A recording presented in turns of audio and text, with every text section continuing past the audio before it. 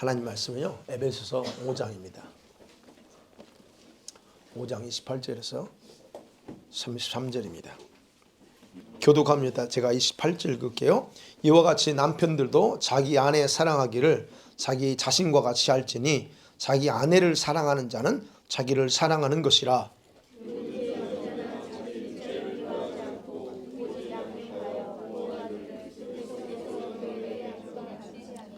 우리는 그의 몸의 지체임이라.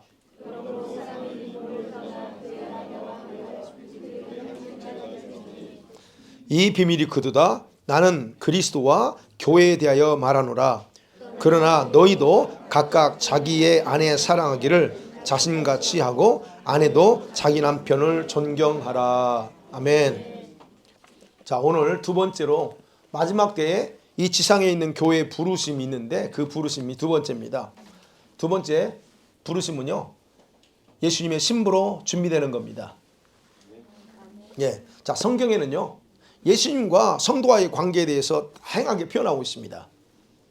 구약의 시편 23편에 보면 목자와 양의 관계로 설명하고, 그리고 호세아이서 2장에 보면 남편과 아내의 관계로 이게 설명하기도 하고, 그 다음에 마태복음 25장 달란트에서 보면 종과 주인의 관계로 또 설명하죠. 그리고 요한복음 15장 보면 포도나무와 가지로 또 비유해서 설명합니다. 그런데 하나 더 있습니다. 아가서와 계시록에 보면 교회와 성도들 관계를 신랑과 신부의 관계로 설명합니다. 남편과 아내님이 결혼했지만 아직 결혼하지 않은 상태, 그게 신랑과 신부의 관계입니다. 여러분과 제가 지금까지 신앙생활에 오는 동안 제 주님과의 관계에 대한 적어도 5가지 말씀드리는데 적어도 4가지에 대해서는 설교를 한 번쯤은 다 들어봤을 거예요. 근데 마지막 5번째 했던 신랑과 신부의 관계라고 하는 설교를 들어보지 못했을 수도 있습니다. 여기 오셔서 들을 수 있겠지만 그 전에는 못 들을 수 있었다는 얘기예요. 여러분은 왜 신랑과 신부의 관계를 알아야 되는지 제가 오늘 그거를 말씀을 통해서 설교하려고 하는 겁니다. 여러분, 이거 믿으시죠? 예수님이 우리의 신랑이라는 사실 의심 없이 믿으시죠? 그죠? 그렇다면 우리는 어떤 사람이에요? 우리는 당연히 그분의 신부라는 거 맞죠? 네. 그런데 성경에는요, 우리 개인을 신부라고 말하지 않습니다. 개인을 향해서 신부라고 말하지 않고 지상의 교회가 신부라고 그렇게 칭합니다. 네. 하나님께는요, 여러분, 지상에 수많은 교회가 있어요. 우리 헤아릴 수 없습니다. 수많은 교회가 있지만 그 교회가 있을지라도 주님께는 오직 하나의 교회밖에 존재하지 않습니다. 천주교에서는 이걸 자기 교회, 캐톨릭이 자기 하나밖에 없는 교회라고 말하지만 그러지 않죠? 그러니까 아무리 많은 교회 공동체가 지상에 있다 할지라도 머리 되시는 예수님 한 분을 중심으로 한 지체에 불과하다는 겁니다. 무슨 말씀인지 이해가 되시죠? 그래서 바울이 말하는 예수님은 교회의 머리랴라고 하는 그 머리라고 하는 뜻이 바로 거기에 담긴 겁니다. 결혼식에 여러분 생각해 보세요. 결혼식에서 신부가 여러 명이면 이거 문제가 큰 거 아니에요?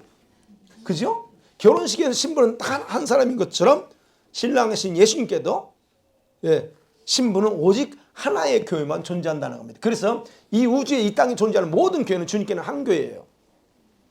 자, 그래서 예수께서는 교회를 자신의 신부라고 여러 가지 예를 들어서 설명했는데 그거를 이제 나눠볼게요. 자, 첫 번째 그러면 예수님과의 결혼식에 대한 정확한 이해가 여러분이 필요합니다.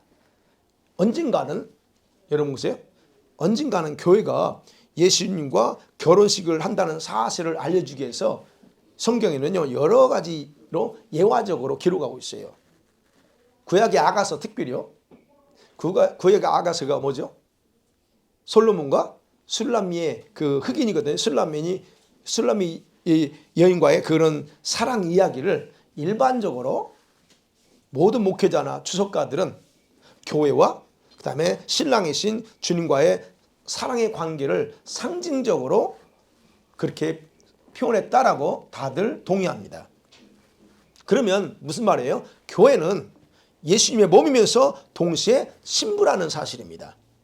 뿐만 아니라 이것에 대해서 마태복음 22장에 보면 천국에서 왕이 자기 아들을 위해서 결혼식 잔치를 준비했죠. 준비하고 초대장을 다 보냈고 결혼식 당일날 초대합니다. 그런데 내용을 보면 초대받은 사람 나눠버립니다. 그러니까 왕이 어떻게 합니까? 길거리 아무나 다 초대하죠. 자, 중요한 건 초대해서 왔습니다. 오케이. 초대받아서 결혼식 참석했습니다. 그런데 그 예화의 내용을 보면 결혼식에는 반드시 입고 들어가야 될 예복이 따로 있다라고 기록합니다. 거기서 중요한 정보를 제공해요. 그 예화에서 아들의 결혼식에 초대된 사람들 대부분 다 예복을 다 입었어요. 그런데 한 사람이 예복을 입고 오지 않았습니다. 그래서 어떻게 됐어요? 그를 다 쫓겨내버립니다. 마태복음 25장 열처녀 비유 여러분 너무나 잘 알죠. 열처녀 비유가 우리가 말하고 있는 건 뭘까요? 그 말하고 있는 진실 중에 하나는 그 열처녀가 누구냐는 거예요. 열처녀는 지상에 존재하는 모든 교회를 대표하는 그런 사람들이고, 그리고 그렇다면 거기서 볼 수 있는 것은 교회는 예수님의 신부라고 하는 것을 알려준다라고 것을 우리가 확인할 수 있다는 겁니다. 오늘 본문에 나오죠. 오늘 본문에 보면 사실 바울이 5장 22절부터 33절까지 사실은 마치 아내와 남편 관계를 설명하잖아요. 근데요, 이게요, 교회와 예수님과 관계를 남편과 아내의 관계, 즉 부부 관계를 통해서 설명하는 거예요. 그래서 남편이 아내를 사랑하고 아내는 남편에게 복종하고, 그런 원리처럼 교회도 바로 예수님의 신부로서 이런 관계를 가지고 있어야 된다는 걸 강조하는 겁니다. 그래서 그렇게 강조하면서 바울이 자신의 이러한 긴 설명을요, 33절의 긴 설명을 하면서 결론을 다음과 같이 내리게요. 32절 30일 읽어볼까요? 시작. 이 비밀이 크도다. 나는 지금 그리스도와 교회와의 관계에 대해서 말한다라고 하는 거예요. 자기가 지금 부부 관계를 설명하면서 설명하는 뭐냐? 아니 너희들 부부 얘기하는 게 아니고 실제로는 뭘 얘기하냐?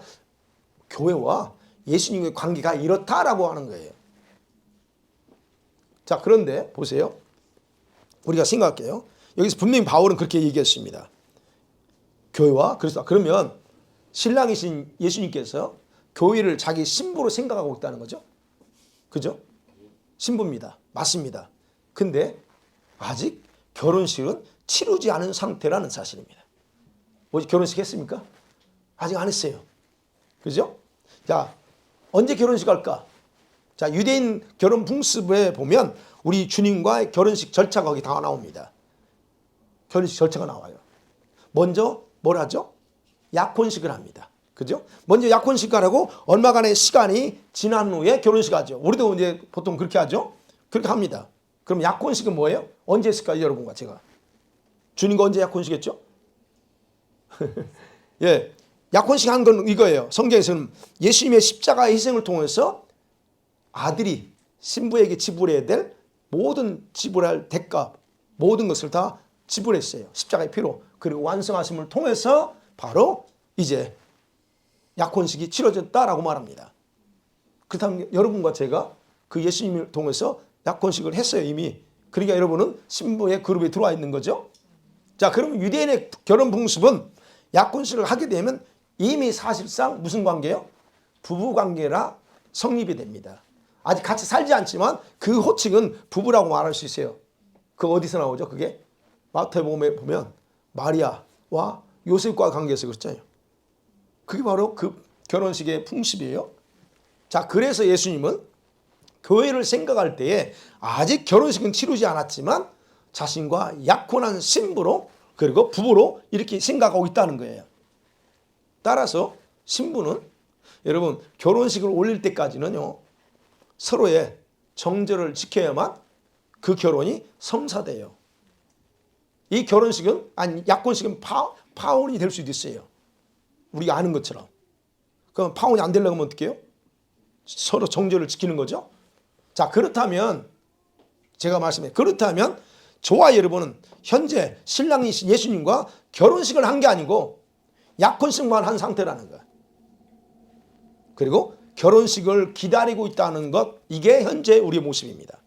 이것이 바로 예수님과의 신랑이신 예수님과 신부인 우리 교회와의 관계라는 사실입니다. 이거 정확하게 이해하셔야 돼요.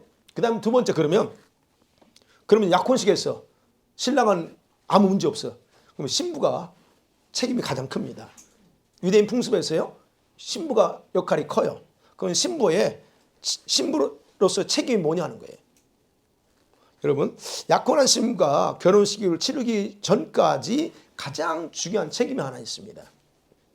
그 중요한 책임은 이미 말씀드렸처럼 자기의 정절을 완전하게 지키면서 신랑이 대리를 올 때까지 자신을 단장하는 겁니다. 아시죠? 그리고 신랑은요, 이제 약혼식 하잖아요. 신랑을 그러면 갈 때 언제쯤 온다고, 내가 언제쯤 올 거야, 간단하게 내가 언제쯤 올 거야, 1년 후에 또는 1년 반에 올 거야 라고 통보를 해줍니다. 갈 때 알려줘요. 그렇지만 내가 며칠 몇 시에 올게 라고는 말하지 않습니다. 그게 여러분, 그 비유가 열천이 비유예요. 그 열천이 비유가 언제 올지 모르니까 기다리는 거예요. 그렇기 때문에 신부는 뭐 해야 돼요? 신랑이 자기를 볼 때에, 신랑이 자기를 데려갈 때 볼 거 아니에요. 그럼 볼 때 만족할 수 있도록 최고의 모습으로 매일 준비하면서 기다리는 거예요. 그럼 우리가 아는 것처럼 한 1년 2개월 후에 올게 그러면 1년 정도는 그냥 느슨하게 살다가도 한 최하 2개월 정도, 그러면 이때부터 내가 준비해야지 할 수 있잖아요. 그러면 2개월 남았다 할지라도 정확한 며칠 될지 몰라. 그러니까 그때부터 자신을 다시 이제 준비하면서 갖고 나가는 거예요. 그리고 나서 어떻게 해요? 그렇게 해서 신랑이 와서 자기를 기쁘게 데리고 어디로 갑니까? 신랑의 집으로 갑니다. 물론 아버지 집이면 집으로 가서 준비된 결혼식을 치르게 되는 거예요. 그게 바로 결혼 유대 풍습이고, 그게 바로 또 성경에서 예수님의 결혼식과 똑같다는 얘기입니다. 그렇다고 하면요, 신부의 책임이 있다고 했잖아요. 신부의 책임에 대해서 성경에서는 너무나 다양하게 표현하고 있어요. 그런데 간단하게 제가 여러분에게 설명한다면 오늘 에베소서 5장 26, 27절에 나와요. 성경 펴신 분 같이 봐요. 시작.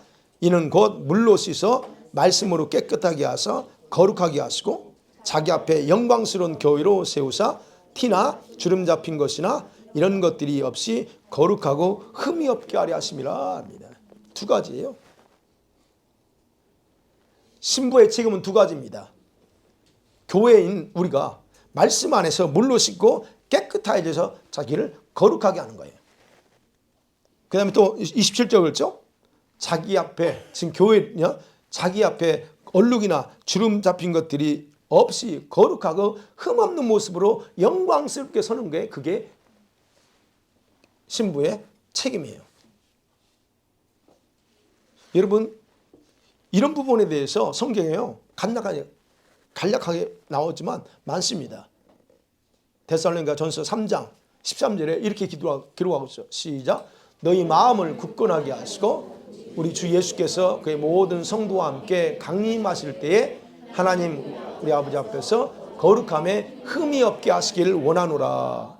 예, 주님이 강림할 때, 재림하실 때에 우리 하나님 앞에서 우리가 어떻게 해요? 거룩함이 흠이 없어야 돼요. 그게 신부가 가져야 될 책임입니다.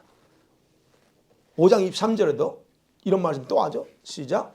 평강의 하나님이 친히 너희를 온전히 거룩하게 하시고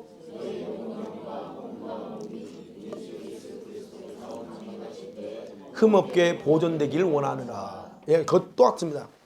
주님이 재림하실 때에 우리의 영과 혼과 몸이 흠없이 보존되기를 원해요. 대단히 중요하죠. 이거 바울만 말한 게 아닙니다. 베드로후서 3장 14절에서 이렇게 말하죠. 시작. 넣고 흠도 없이 평강 가운데서 나타나기를 힘쓰라. 보세요. 간단하죠. 요약하면 거룩입니다. 신부가 자신을 정결을 지키는데 어떻게? 거룩함으로 정결을 지키는 거예요. 자, 그러면 이렇게 자신을 세상의 얼룩과 음으로부터 거룩하게 보존하기 위해서 그러면 어떻게 살아야 되냐는 거예요. 성경에 있으면 다 나옵니다. 그거. 어떻게 살아야 되죠? 복잡하게 하지 않고 간략하게 제가 또 설명할게요. 여러분, 자신의 생각과 마음의 원함대로 사는 것이 아니고 멋대로 살아요? 성령을 따라 사는 겁니다. 그게 거룩을 보존하는 길입니다.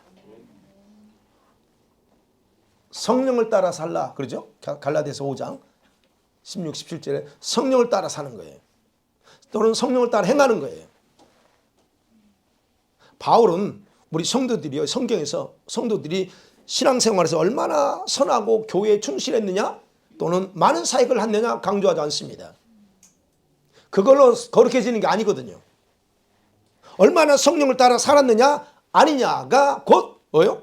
교회나 아니면 여러분 성도가 육신적인 사람이냐 아니면 하나님 중심이냐 아니면 성령의 사람이냐라고 거기서 판별된다는 얘기예요.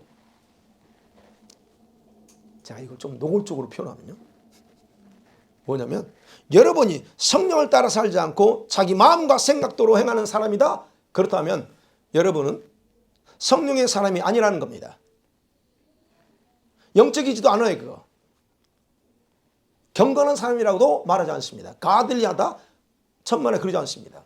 성령을 따라 사는 사람을 가리켜서 가들리하다고 그러지 뭐 자기가 또 이거 가지고 거룩하다 또는 경건하다 또는 성령의 사람이라고 말하지 않는다는 얘기예요. 여러분, 이런 사람들이 행하는 사역이든 선행이든 거기에서 성령의 열매가 나타나는 것 기대할 수 없습니다. 정확하게 하셔야 돼요. 성령의 열매는 성령으로 행할 때 열매가 나오는 거지 여러분의 생각대로 여러분의 마음이 원하는 대로 해놓고 거기서 성령의 열매를 거두려고 그거 어불성설입니다. 그러니까 우리 과거에 살면서 여러분이 얼마나 많은 일 했든 상관없어요. 그때 성령을 했느냐 안 했느냐 거기에 따라서 여러분의 삶이 평가되거든요. 그러면 거기서 얼마나 많은 성령의 열매가 있었을까 그 얘기하는 거예요. 그래서 지난 금요일도 말씀드렸죠. 우리가 우리 열정으로 또 은혜 받아서 은혜 받은 그게 있어서 그 은혜가 있으니까 넘쳐서 내가 감사해서 많은 일을 할 수 있다는 거예요. 그러나 거기서 뭐가 안 나타나요? 성령의 능력은 나타나지 않아요. 자기 열심으로 하면. 자, 이런 삶을요 지속하다 보면 뭐가 되는 줄 아세요? 자기도 모르게 매너리즘이 빠진다니까. 습관적이 된다니까요. 그래서 자신의 거룩을 위해 사는 게 아니야. 우리는 거룩을 위해 살아야 돼요. 어떤 업적과 어떤 사역을 위해 사는 게 아니고 거룩을 위해서 살아야 되는데 어떻게 합니까? 종교적인 생활에 익숙해져 버려요. 자기도 모르게. 종교적인 생활. 그리고 특별히 이건 목회자들 또는 사역자들이 성령을 따라 행하지 않게 되면 어떻게 되는 줄 알았어요? 자기 지식, 배운 지식과 학문을 따라서 사역을 하게 됩니다. 그렇게 되면 자기의 커리어를 만들어요. 이게 내가 옛날에 있던 커리어예요. 스펙을 만든다는 거예요. 그러나 신부는 어떤 사람이에요? 신부는 신랑과의 관계 속에서 그런 종교적인 것이나 커리어를 만드는 게 아니에요. 뭐예요? 신랑이 자기를 데리러 올 때까지 가장 거룩하고 흠없는 상태로 자신을 준비하는 것, 사는 게 그게 책임이라니까요. 자, 바울이 주님이 재림하실 때 영혼과 몸 흠없이 보존되기를 기도하잖아요. 보존되기를 기도한다. 그러면서 동시에 베드로 역시 뭐라고 그래요? 주님 앞에 설 때까지 점dom도 없이 평안 가운데 하나님의 기쁨 가운데 서도록 너희가 뭐라고 힘쓰라 그럽니다. 이건 힘써야 될 본인이 바로 이것이 신부가 결혼하기 전까지 해야 할 가장 중요한 책임입니다. 그럼 세 번째로 생각해 볼게요. 자, 그러면 신부가 우리 교회의 신부가 입어야 될 결혼식 예복이 뭐냐는 겁니다. 예복이 있어요. 구약에는 상징적인 그림으로 우리 신부들이 입어야 될 예복에 대해서 기록하고 있습니다. 그게 출애굽기에 나옵니다. 출애굽기 28장에 보면 하나님의 성전에서 섬기는 여러분 제사장이 입어야 될 옷이 있죠. 제사장이 입어야 될 옷에 대해서 아주 상세하게 기록되어 있습니다. 그런데 그 옷은 어떤 옷이냐는 거예요. 그 옷은 신부가 입어야 될 예복을 상징하고 있다라고 모든 학자나 또는 목회자들은 그렇게 동일하게 해석합니다. 그러면 제사장이 입는 옷은 일반 아무 옷이 아니에요. 여러분 그냥 뭐 작업하고 아무리 여러분이 좋은 옷을 억만금짜리 옷을 와도 그거 가서는 인정 안 합니다. 무슨 말인지 아시겠죠? 이런 옷과 완전히 다른 아주 거룩한 옷. 그래서 출애굽기 28장 2절에 써 있잖아요. 시작. 내 형 아론을 위하여 거룩한 옷을 지어 영화롭게 아름답게 할지니. 아무 옷은 아닙니다. 거룩한 옷. 하나님이 지정해주고 이렇게 하라고 했던 그것으로 만든 옷. 그리고 그분을 말합니다. 그게 거룩한 옷이다 말합니다. 자, 그렇다면 저 말씀이 그런 게 보면 그렇다면 신부가 입어야 될 옷은 아무런 옷이 아니라는 거예요. 특별하게 만든 옷이라는 거예요. 누가 만들었을까요? 물론 그건 주님이 하신 거죠.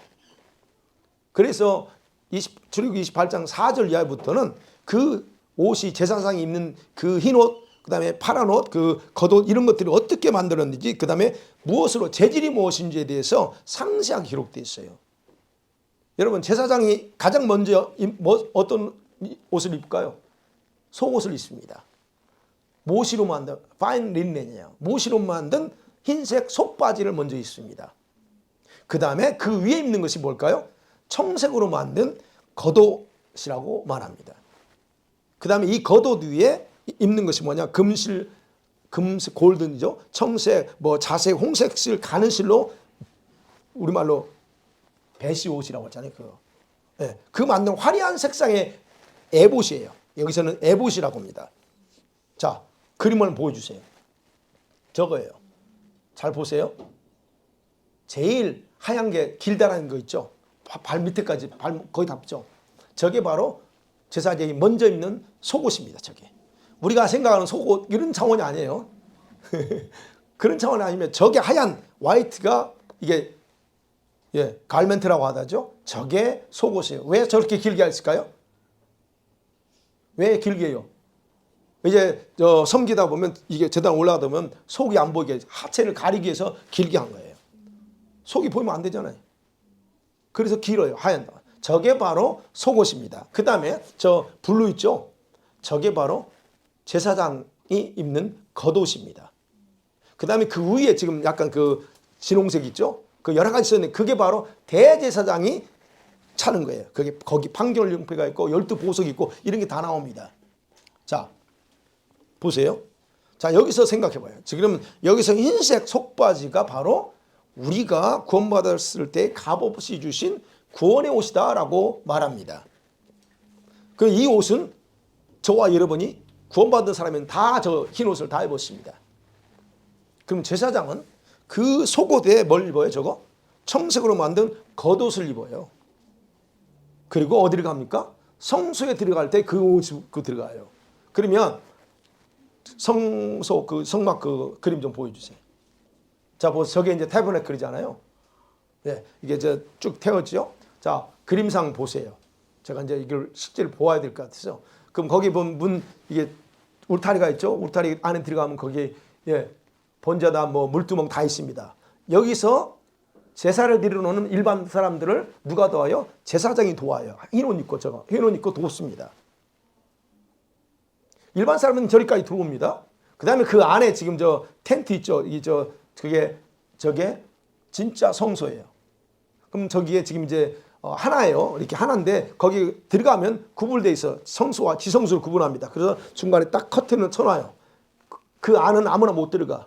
지성소에는 언약궤가 있고, 그죠? 거기는 하나 못 들어가죠. 바로 모세 또는 대제사장만 들어갔어요. 그러면 그 들어가기 전을 성소라 말합니다. 근데 누가 거기 들어가요? 바로 제사장들이 들어가는 거예요. 돕고 흰 옷 입고 돕고 그 다음에 제 안에 들어갈 때는 파란 옷을 입고 들어갑니다. 그러면 원래 저 성소와 지성소는 하나예요. 하나. 그렇다면 여기 생각해 봐요. 구약에서 구원받은 일반 사람들은 속옷은 입었을지라도 저기에서 근거해서 해석해 보는 거예요. 이거 입었을지라도 성소에 들어가지 못합니다. 저 하나님의 임재가 있는 성소에 못 들어가고 분향단이 있는 성소 앞까지 왔다 갔다 하면서 거기서 제사하고 사이 돌아가는 거예요. 자, 그러면 생각을 볼게요. 어떤 사람은 들어가는데 어떤 사람은 못 들어가. 아무나 못 들어가죠. 흰 옷 입은 파란 겉옷을 입은 사람밖에 못 들어가. 그게 제사장이란 말이에요. 자, 그러면 성소에까지 들어가는 그런 사람들과 분향단까지 와서 제사만 드리고 돌아가는 사람들의 차이점이 있어요. 뭘까 하는 겁니다. 차이점이 뭘까요? 우리식으로 얘기하는 거예요. 구원의 속옷을 입고 와서 예배드리고 구원받은 사람들, 그런 사람들, 이런 사람들은 하나님을 직접적으로 경험하면서 관계를 맺고 사는 자들이 아니라는 거예요. 구원은 받았어. 그게 바로 속옷만 입은 사람들이에요. 구원은 받았는데 하나님과 직접적인 관계가 없이 사는 사람들이에요. 그래서 그런 사람들은 성소에 들어갈 자격이 없는 겁니다. 그러나 청색 겉옷을 입은 사람들은 제사장이잖아요. 그런 사람들은 하나님과 늘 직접적인 관계 속에서 하나님의 거룩한 임재와 그리고 거룩을 경험하는 사람들 상징하는 거예요. 그리고 아까 말씀드린 저 안에 있는 성소와 지성소 그건 하나예요. 그럼 하나의 임재는 사실 언약궤가 있는 그곳에 하나님이 임재한다라고 상징하고 있잖아요. 근데 임재만 거기만 있는 게 아니에요. 이 성소 안에 다 임재가 흘러와요. 그 속에 들어가면 이게 분위기가 들려요. 그래서 제사장들이 파란 옷 입고 들어야 되면 조심하는 거예요. 왜? 그 거룩한 임재가 있는 곳이니까. 그런 의미라는 거예요. 이해가 되시죠? 그래서 오늘날 교회가 신랑이신 예수님과의 관계를 정확하게 설명해 주는 그러면서 하는 게 상징적인 지금 성막입니다. 제가 그렇지 않아도 이 흰옷에 대해서 잘 모르는 분들이 이제 우리 교회 늦게 오신 분들 있잖아요. 작년 집회 때 우리 거의 다 받았지만 이제 그 위에 모르시는 분들 그래서 이걸 좀 더 구체적으로 설명해 줘야 되겠다 해서 뭐 이제 의복이네 이게 다 사실은 준비해냈어요. 준비해놨는데 그럼 나중에 또 어떻게 할지 모르지만 자 보세요. 그게 상징이라는 거예요. 그걸 통해서 그러면 똑같이 봐야 돼요. 하나님은요 일반 성도들과 겉옷을 입고 구원의 속옷 입은 사람과 저 겉옷 파란 겉옷을 입고 성소에 와서 봉사하는 사람들과 차이가 있어요. 받는 영광이 다르다는 겁니다. 예수께서 우리를 신부라고 지칭한다 할지라도 여러분 신부가 결혼식을 위해서 입어야 될 예복이 바로 그 하얀 옷이 아니고 겉옷 저 파란 옷이라는 거예요. 그걸 우리는 그냥 겉옷 그렇게 말하죠. 신부들이 입어야 될 것 저 옷입니다. 여러분은 대부분 다 저 옷을 입고 있는 거예요. 근데 우리는 그냥 신약에서는 뭐라고 그래요? 그냥 흰 옷이라고 표현하니까 그래 흰 옷이라고 말하지만 그렇다는 겁니다. 자, 그래서 신부가 입어야 될 이 예복에 대해서 좀 더 상세하게 언급하고 있는 구절이 있어요. 그게 신약에 있는 게 아니고 구약에 있습니다. 이사야 61장 10절 같이 볼게요. 시작. 내가 여호와로 말미암아 크게 기뻐하며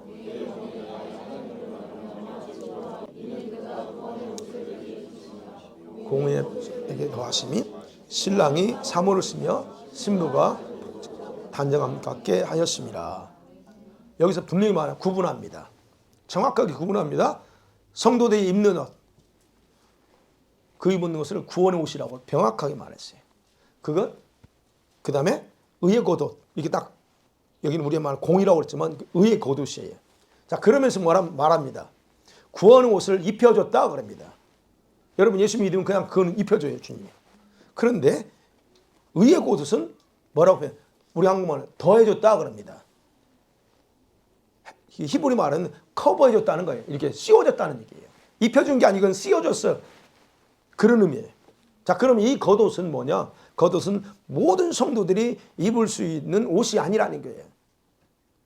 겉옷. 파란색으로 이제 제사장인데 파란색은 아무나 입는 게 아니라는 거죠. 그럼 의의 겉옷이라고 표현하는데 의의 겉옷은 제사장처럼 거룩하게 구별된 자들에게만 입혀주신다 하는 것이 특징이라는 겁니다. 근데 문제는 이게 신약에도 또 기록되어 있다는 거예요. 신약에서는 계시록 3장 4절에 기록되어 있죠. 시작. 그러나 사대에 그 옷을 더럽히지 아니한 자 몇 명이 내게 있어 흰 옷을 입고 나와 함께 다니리니 그들은 합당한 분명히 말합니다. 저기서 구분합니다. 사대의 그 옷이 뭔 옷이에요? 여기서는 자기 옷을 얘기합니다. 자기 옷이 뭐예요? 구원의 옷입니다. 여기서 말하는 그 옷은 그래 말하죠. 그 옷은 구원의 속옷을 말합니다. 그리고 그런 사람들에게 뭐라고 그래요? 내가 흰 옷을 주어서 입고 나와 같이 다니게 한다는 거예요. 그러면 어디를 다녀요? 그분이 예수님이 다니신 데가 어딜까요? 자, 바로 제가 흰 옷에 대해 나중에 또 할 수 있으니까 바로 이 흰 옷, 예수님이 말한 흰 옷, 자기 구원의 속옷을 더럽히지 않은 사람들이 입혀주는 저 흰 옷, 겉옷이기도 하죠. 이게 겉옷이고 그 다음에 신약에서는 신부가 입어야 될 예복이다라고 말하는 거예요. 예복에 대해서 분명하게 여러분 뭘 입어야 되는지 조금이라도 감 잡으세요. 처음 들으시는 분들은. 자, 그럼 마지막으로 생각해 봐야 됩니다. 설교 제목이 뭐예요? 마지막 때 교회에게 주신 부르심 사명이 있다고 했잖아요. 마지막 상이 뭘까 하는 거예요. 여러분 마지막 때에 존재하는 모든 교회 공동체의 부르심은 어떻게 하는 거예요? 자신을 거룩함을 통해서 신부로 준비하는 거예요. 그게 교회에 주신 마지막 사명입니다. 또는 콜링 부르심입니다. 예수님께서 자신의 신부인 교회가 준비하지 않고 있는 모습을 볼 때 가장 주님이 마음 아파하고 한탄하는 부분이에요. 교회는 신부라는 신분을 가졌다고 해서 여러분 자동적으로 거룩해지는 게 아닙니다. 거룩이 자동적으로 됩니까? 안 됩니다. 교회는 여러분이 아시는 것처럼 매일매일 살잖아요. 그죠? 매일매일 직장에서 학교에서 삽니다. 그러면서 매일 여러분이 갔다 와서 세탁하는 사람도 있겠지만 그러니까 매일 생활 속에 세상에 살면서 온갖 죄악으로 더러워지고 그리고 여러분 내면의 욕심과 불신앙을 통해서 점과 흠을 만들어내요. 우리가 계속적으로. 그리고 또 지금은 약혼 기간이지 결혼 기간이 아니다. 그럼 약혼 기간이기 때문에 신랑이 올 때까지 거룩함을 추구하면서 자신을 준비하지 않으면 결혼식을 치를 수가 없다는 것. 이게 기정사실이에요. 그러면 하나님 앞에서 교회가 거룩과 흠이 없게 되는 것은 함께 이렇게 모여서 예배한다고 해서 가능해지냐? 그것도 아닙니다. 여러분이 또 이런 것 지식을 들어서 안다고 해서 거룩해지냐? 그것도 아닙니다. 어떻게 해야 돼요? 성경에서는 매일 살면서 더러운 발을 물로 씻어내는 과정이 있어야 된다라고 예수님께서 말씀하셨죠. 어디에 있습니까? 요한복음 13장에 시작. 예수께서 이르시되 이미 목욕한 자는 발밖에 씻을 필요가 없느니라 온몸이 깨끗하니라 너희가 깨끗하나 다는 아니니라 하시니. 보세요. 거기서 말하는 이미 목욕한 자, 그걸 뭐예요? 예수님을 믿는 자, 이미 구원은 받았어요. 그거 걱정하지 마라. 그게 어떤 내용인지 아시죠? 그 뭐라고 예수님이? 그러나 너는 발을 씻어야 돼 그랬죠. 발이 뭐예요? 발은 매일 더러워져.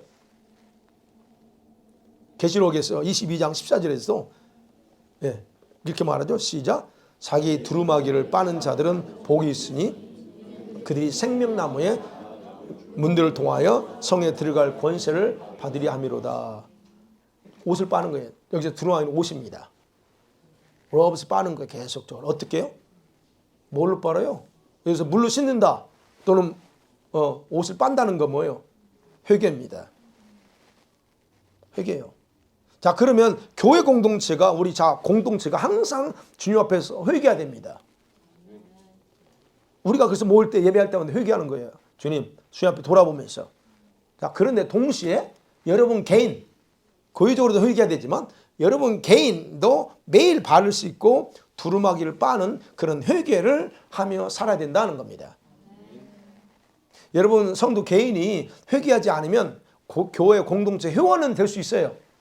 같이 이렇게 모여서 지저스 라이프 철치 멤버 될 수 있습니다. 그러나 신랑이 신부를 데리러 올 때 죄될 가능성이 큽니다. 그래서 매일 회개하라는 거예요. 이렇게 교회가 신부로 자기를 단장하는 것이 신랑이신 예수께서 주신 이 마지막 시대의 부르심이다 하는 겁니다. 다 아는 얘기죠. 그러나 또 모르는 분이 있기 때문에 말씀드립니다. 자, 사랑하는 성도들 말씀 맺어볼게요. 교회가 여러분 거룩함으로 자신을 준비하는 것은 뭘 의미해요? 흰 옷을 입어야 가능한 게 아니고 거룩을 추구할 때 추구하며 살아갈 때 바로 거룩하게 되고 그 다음에 주님이 거기에 따라서 흰 옷을 입혀줘요. 아, 주님이 흰 옷 주면 내가 거룩이 있게 아니라는 거예요. 그거 내가 흰 옷을 안 입었기 때문에 거룩해지지 못해. 그것도 아닙니다. 그리고 더 나아가서는 예수님께서는 신부가 입어야 될 옷을 모든 성도들에게 다 입혀주지 않는다는 거예요. 그게 문제예요. 어떻게 해요? 자신을 성소에서 섬기는 제사장들처럼 자기를 구별한 사람들에게만 입혀주십니다. 내가 거룩하게 살 거야. 이제는 내가 정말 뭔가 결단하고 내가 예수님의 신부가 돼야지 라고 결단하고 기도하는 사람들만 주신다는 겁니다. 근데 안타까운 건 참 안타까운 거예요. 대부분의 교회들은 자기들 모두가 자동적으로 주님의 신부가 될 거라고 믿고서 아무것도 하지 않는다는 겁니다. 죄송합니다. 저는 여러분한테 회개하라고 합니다. 회개하세요. 여러분 복 받으세요. 제가 말하지 않죠. 죄송해요. 복 받아야 됩니다. 그러나 저는 원리적으로 복을 먼저 구하는 게 아니고 그걸 먼저 하면 복은 자동으로 와요. 우리가 이걸 핀티를 잘못 맞춰. 평안해요? 교회 와서 위로받고 싶어. 예배 속에 위로받고 싶고 뭐 그럴 수 있잖아요. 근데 제가 죄송합니다. 여러분의 위로받으라고 설교 안 합니다.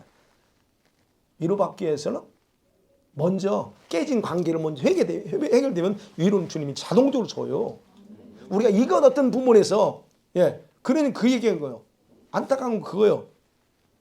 단순히 교회에 와서 예배 참석하고 봉사헌신하고 종교적인 의무만 다 하면 된다고 여기며 살아가는 거, 이게 대부분이요.